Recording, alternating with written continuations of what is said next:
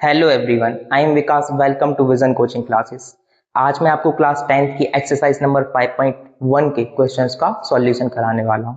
तो 5.1 का first question हमें गिवन है। फर्स्ट में हमें 4 क्वेश्चंस हैं, जिसमें फर्स्ट क्वेश्चन है उसमें the taxi fare after each kilometre when the fair is 15 for the first kilometre and 8 for each additional kilometre. मतलब ये है कि जब आप फर्स्ट किलोमीटर यानी 1 किलोमीटर कवर कर रहे हैं तो आपको 15 रुपीज देने हो रहे हैं। आफ्टर दैट जब आप उसके आगे जा रहे हैं 2 किलोमीटर्स तो उसमें 8 ऐड हो जा रहा है। तो उसके लिए हम क्या लिखते हैं, सबसे पहले the taxi fare after 1 kilometre 15 rupees. Next क्या होगा हमारा, द टैक्सी फेयर सेम लिखेंगे हम इसमें, यहां तक 2 किलोमीटर हो जाएगा यहां पर। देन ये हमने क्या लिखा, 15 रुपीज जो है हमारा हो जाएगा ए, यानी अकॉर्डिंग टू अर्थमेटिक प्रोग्रेशन ये हमारा फर्स्ट टर्म होगा। ठीक है, इसमें हम क्या लिखेंगे, सेकेंड किलोमीटर में आफ्टर 2 किलोमीटर ये हो जाएगा ए प्लस डी। अब डी क्या है इसमें हमें क्वेश्चन में गिवन है, वो क्या है 8 रुपीज, 8 एडिशनल किलोमीटर, तो ये हो गया 8। यहां पे हम लिखेंगे 15 प्लस 8, तो ये हमारा हो जाएगा 23। सेम आगे जाते हैं हम, तो क्या होगा, the taxi fare after 3 kilometre ये होगा हमारा ए प्लस 2डी, ये हो जाएगा हमारा 15, क्योंकि हम अर्थमेटिक प्रोग्रेशन जब मैंने आपको कराया हुआ था इसका इंट्रोडक्शन, तो उसमें बताया था जब हम थर्ड टर्म निकालते हैं जैसे अर्थमेटिक प्रोग्रेशन का तो उसमें हम ए प्लस 2डी लेते हैं। तो ये हम उसके अकॉर्डिंगली इसको हम लिख रहे हैं यहाँ पर ए प्लस 2डी, यानी ए प्लस 2 और डी क्या है हमारा 8 है। तो इसमें क्या हो जाएगा, ये 15 प्लस 8 2 16, देन ये हमारा हो गया 31। ठीक है, तो आफ्टर 3 किलोमीटर क्या होगा हमारे पास 31। तो हमारे पास अभी क्या आ गए हैं, फर्स्ट क्या था 15, सेकेंड है हमारे पास 23, थर्ड है 31।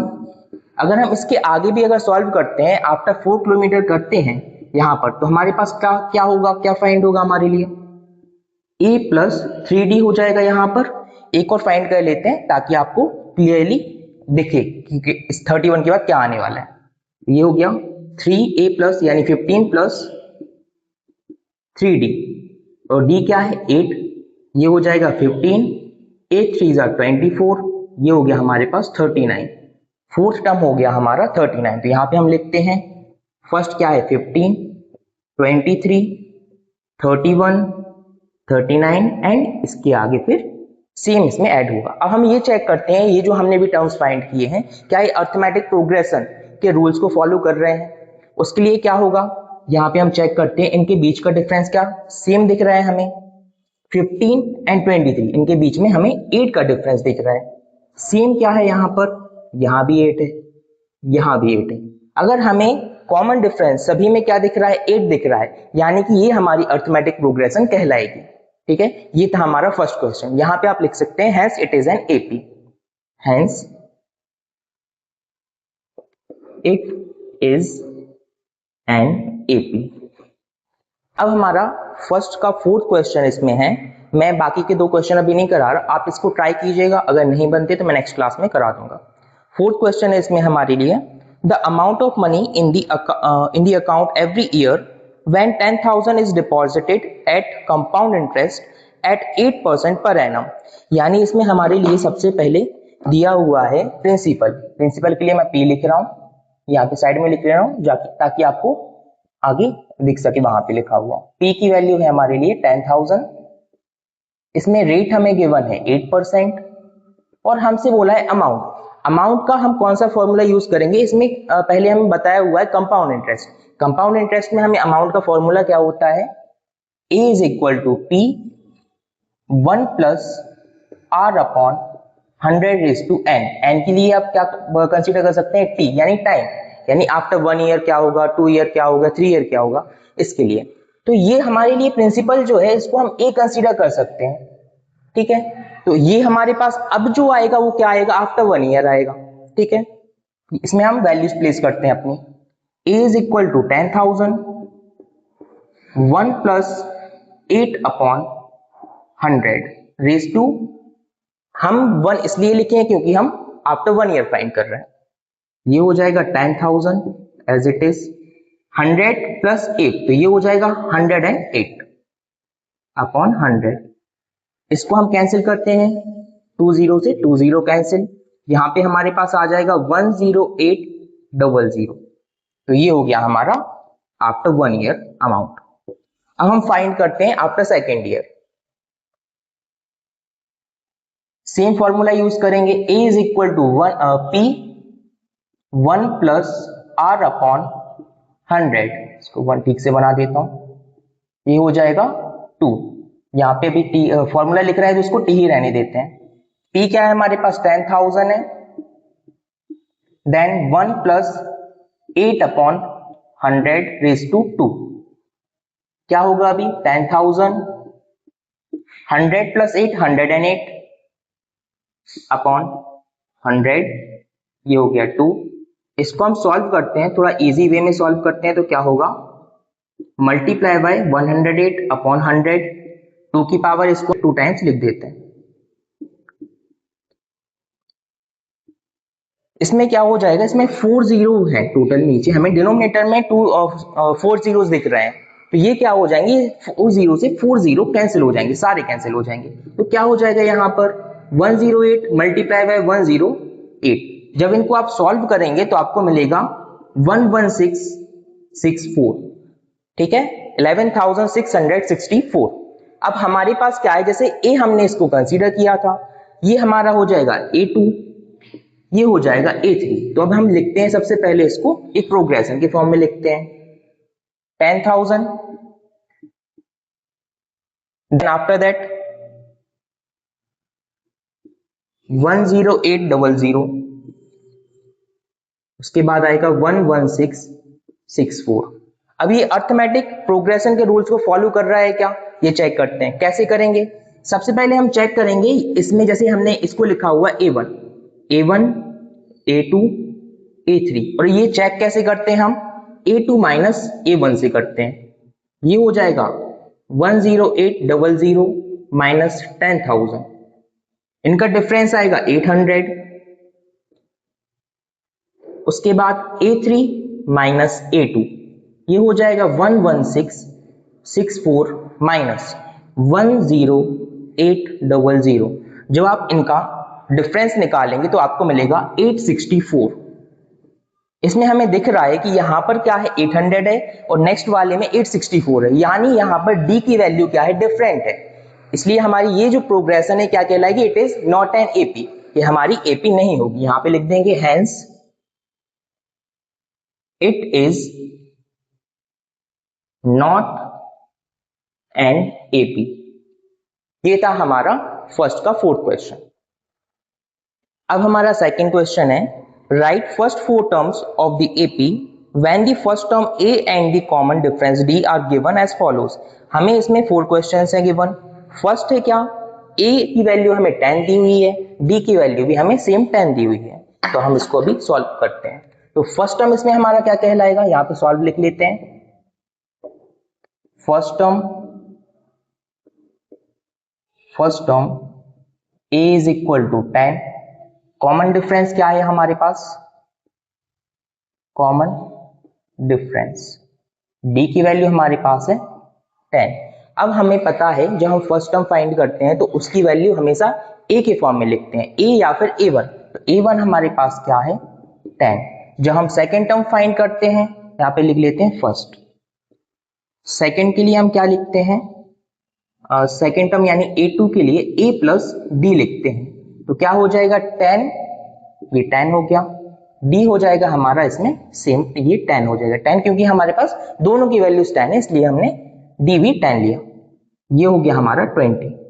थर्ड टर्म क्या होगा, a प्लस 2d, a है 10, 2 देन डिफरेंस d, ये हो गया 10, 10 2 जा 20, ये आ गया हमारे पास 30। अब फोर्थ टर्म क्या फाइंड करते हैं तो उसके लिए क्या लिखेंगे हम, यहाँ पे थर्ड लिख ले रहे हम, थर्ड, क्या हो गया फोर्थ टर्म फाइंड कर रहे हैं। तो a4 is equal to a plus 3d, a है हमारे पास 10, 3 देन d 10 हो गया, 10 प्लस 10 3 जा 30, हमारे पास आ गया 40। तो हमारे पास 4 टर्म्स जो हैं अभी आ चुके हैं। तो कैसे लिखेंगे हम, a1 10, देन 20, 30, 40, ये हमारे 4 टर्म्स हो जाएंगे। ये हमारा इस क्वेश्चन का आंसर कहलाएगा।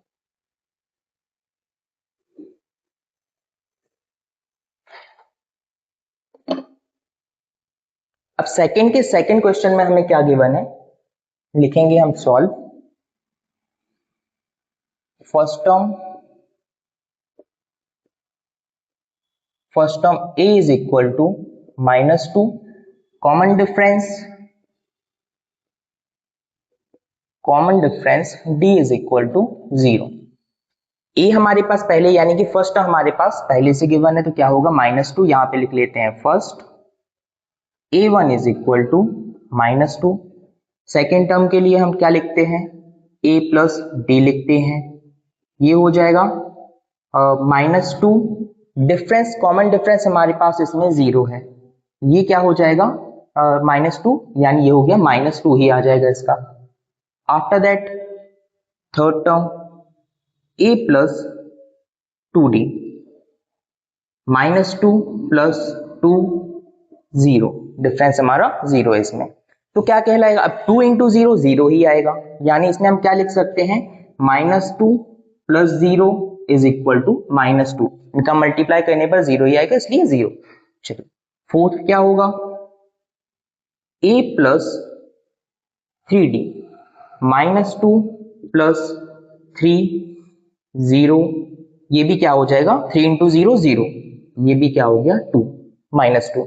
अब हमें दिख रहा है a1, sorry first term, second two, third one and fourth one, ठीक है, तो इसको हम लिखेंगे -2, ये वाला -2, ये भी -2 आएगा, ये भी -2, ये हमारे 4 टर्म्स हो जाएंगे, ठीक है, ये हमारा आंसर हो गया।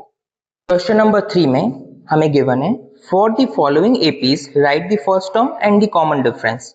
हमें इसमें 4 क्वेश्चन है टोटल, उसमें फर्स्ट दिया हुआ है 3, 1, -1, -3, इसमें हमें बताना है फर्स्ट टर्म और कॉमन डिफरेंस क्या होगा, तो इसको हम लिख सकते हैं, ये हमारा a1 है, ये a2 है, ये a3 है और ये a4, ठीक है, तो इसमें हम लिखेंगे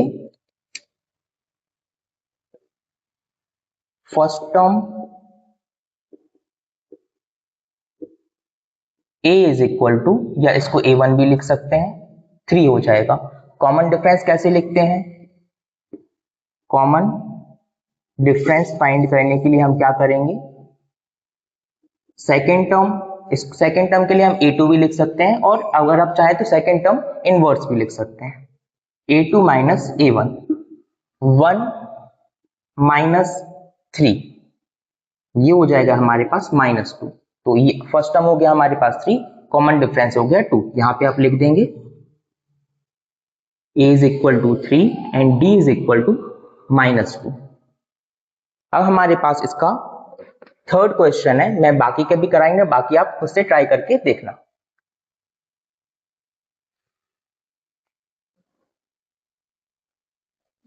थर्ड क्वेश्चन है हमारे पास इसमें 1/3, 5/3, 13/3, ये हमारा थर्ड नंबर का क्वेश्चन है, ठीक है, तो इसमें क्या हो जाएगा हमारे पास, ये हो गया 1, a1, a2, a3 and a4, ठीक है, इसके बाद हम क्या लिखेंगे, फर्स्ट टर्म, सॉल्व लिखा हमने, first term a is equal to 1/3, common difference कैसे निकालेंगे, common difference d is equal to a2 minus a1, तो a2 हमारे पास 5/3, ठीक से लिख देता हूं, 5/3 माइनस 1/3, इसको लिखते हैं, इसका एलसीएम कितना आएगा, 3 आएगा, 3 है तो 3 इसको 1 टाइम कैंसिल करेगा, कैसे करेगा, ये 3 लिखा हमने और ये वाला 3, ये 3 लिख लिया हमने और ये वाला फिर 3 लिख, 3 1 3, 1 टाइम कैंसिल होगा, तो 5 मल्टीप्लाई बाय 1 माइनस, सेम ये भी 1 टाइम होगा कैंसिल, ठीक है, तो ये हो जाएगा हमारे पास 5 1 5 -1/3, ठीक है, ये हो गया फिर 4/3 हमारा क्या निकला है, कॉमन डिफरेंस निकला है। ठीक है, यहाँ पे लिख देंगे आप आंसर। ए की वैल्यू है 1/3 और बी की वैल्यू हमने क्या फाइंड की, 4/3। ये था हमारा question number third question. Question number 4 हमें दिया हुआ है इसमें, which of the following are APs if they form an AP find the common difference D and write 3 more terms. सबसे पहले हमें ये चेक करना है, जो हमें मतलब ये सीरीज दी हुई है, ये क्या एपी फॉर्म कर रहे हैं, एपी बना रहे हैं क्या। अगर इसमें हमें पता चलता है कि ये एपी है तो उसके बाद हम इसके 3 टर्म्स फाइंड करेंगे। ठीक है, चलिए स्टार्ट करते हैं। ये क्या हो जाएगा, फिर हम इसमें लिखते हैं सबसे पहले a1 a2 हमें क्या दिया हुआ है इस सीरीज के अकॉर्डिंग। a1 क्या है, 2 है। a3 क्या है, सॉरी a2 क्या है, इसमें 4 है। a3 हो जाएगा 8, a4 हो जाएगा 16। ठीक है, तो सबसे पहले लिखते हैं हम for common difference, for common difference. ठीक है, क्या होगा, a2 माइनस a1, 4 माइनस 2 कितना हो जाएगा, ये 2 हो गया। a3 माइनस a2 यानी 8 माइनस 4, यहां पे क्या आ जाएगा, 4 आ जाएगा। a4 माइनस a3, 16 माइनस 8, इसमें आ रहा है 8 आ रहा है, यानी इसमें हमें दिख रहा है डी की वैल्यू क्या है, सभी जगह डिफरेंट दिख रही है, यानी ये क्या कहलाएगी, हमारी एपी नहीं कहलाएगी। यहां पे लिखेंगे hence it is not an AP, hence it is not an AP. ये था हमारा फर्स्ट क्वेश्चन। अभी हमारे पास क्वेश्चन नंबर 4 का 5th जो है उसमें क्या लिखा हुआ है, 3 plus under root 2, 3 plus 2 under root 2 and 3 plus 3 under root 2। सबसे पहले हम चेक करते हैं क्या ये अर्थमेटिक प्रोग्रेशन है। उसके लिए हम क्या करेंगे, इनका कॉमन डिफरेंस देखते हैं क्या आ रहा है। ठीक है, लिखते हैं, सबसे पहले इसको लिख ले रहा है, a1 is equal to 3, a2 is equal to 3 plus under root 2, a3 is equal to 3 plus 2 under root 2, फिर हो जाएगा a4 3 प्लस 3 अंडर रूट 2। इससे हमने पहले क्लियर हो जाए, मतलब डायरेक्टली क्लियर हो जाएगा कि हमारे पास a1 क्या है, a2 क्या है, a3 क्या है। इसके अकॉर्डिंग जब आप कॉमन डिफरेंस निकालते हैं तो आपको वैल्यूज प्लेस करने में इजी होगा। For common difference, for common difference क्या लिखेंगे हम, d is equal to a2 minus a1। a2 क्या है हमारे पास, 3 प्लस अंडर रूट 2 माइनस 3, तो ये 3 से 3 कैंसिल हो जाएगा, हमारे पास बचेगा अंडर रूट 2। फिर क्या करेंगे हम, a2 minus a1, sorry a3 minus a1 check करते हैं, a3 माइनस a2 होगा, यहाँ पर a3 माइनस a2 होगा। ठीक है, क्या होगा फिर यहाँ पे देखते हैं, 3 प्लस 2 अंडर रूट 2 माइनस, अभी हम यहाँ पे ब्रैकेट लगाएंगे, ठीक है, ताकि हमारा माइनस प्लस जो है वो गड़बड़ ना हो आगे। 3 प्लस अंडर रूट 2, इसको सॉल्व करते हैं तो क्या होगा, 3 plus 2 under root 2 minus 3 plus, ये यहाँ पे प्लस था तो यहाँ पे माइनस इंटू प्लस क्या हो जाएगा, माइनस हो जाएगा यहाँ। ठीक है, तो 3 से 3 कैंसिल हो गया, 2 under root 2 minus 1 under root 2, क्या होगा हमारे पास, अंडर रूट 2 बचेगा यहाँ। ठीक है, फिर क्या होगा, ये हमारा a2 minus a1 under root 2 आया था, a3 minus a2 under root 2 आया है, a4 माइनस a3 चेक करते हैं अब हम, a4 माइनस a3 ये क्या हो जाएगा, 3 plus 3 under root 2 minus 3 plus 2 under root 2, ये क्या होगा, 3, ये एज इट इज रहेगा, 3 प्लस 3 अंडर रूट 2 माइनस ये 3 हो जाएगा, minus plus minus 2 under root 2, 3 से 3 कैंसिल हो गया, 3 under root 2 minus 2 under root 2, ये यहां पर भी क्या आ गया हमारा, d की वैल्यू सेम आ गई, ये भी √2 है, यहाँ भी √2 है और यहाँ भी √2, यानी ये क्या कहलाएगी, हमारी एक अर्थमेटिक प्रोग्रेशन कहलाएगी। अगर ये अर्थमेटिक प्रोग्रेशन के सारे रूल्स को जैसे फॉलो कर रहा है तो हम क्या करेंगे, इसके नेक्स्ट 3 टर्म्स फाइंड कर सकते हैं। वो कैसे करेंगे, यहाँ पे हम लिखते हैं, जैसे ये 4 टर्म्स है, A5 के लिए हम क्या लिखेंगे, A5 is equal to A plus 4D, ठीक है, 4D हो जाएगा। A क्या है हमारे पास, 3 है, 4 और डिफरेंस क्या है हमारे पास, कॉमन डिफरेंस √2, तो ये हो गया हमारा A5। अब A6 निकालते हैं, A6 क्या होगा, A plus 5D, A3 plus 5, ये हो गया √2। फिर A7 निकालते हैं, A7 क्या हो जाएगा, A प्लस 6D, A है 3 प्लस 6 और ये √2, तो ये हो गया हमारा 5th टर्म, ये 6th टर्म और ये 7th टर्म, हमारे ये बाकी के नेक्स्ट टर्म्स आ गए। अब हमारे पास क्वेश्चन नंबर 10 है, इसमें A 2A 3A 4A, तो इसमें हम सबसे पहले लिखते हैं A1 is equal to A, A2 is equal to 2A, A3 is equal to 3A and A4 is equal to 4A, ठीक है। सबसे पहले कॉमन डिफरेंस फाइंड करते हैं। For common difference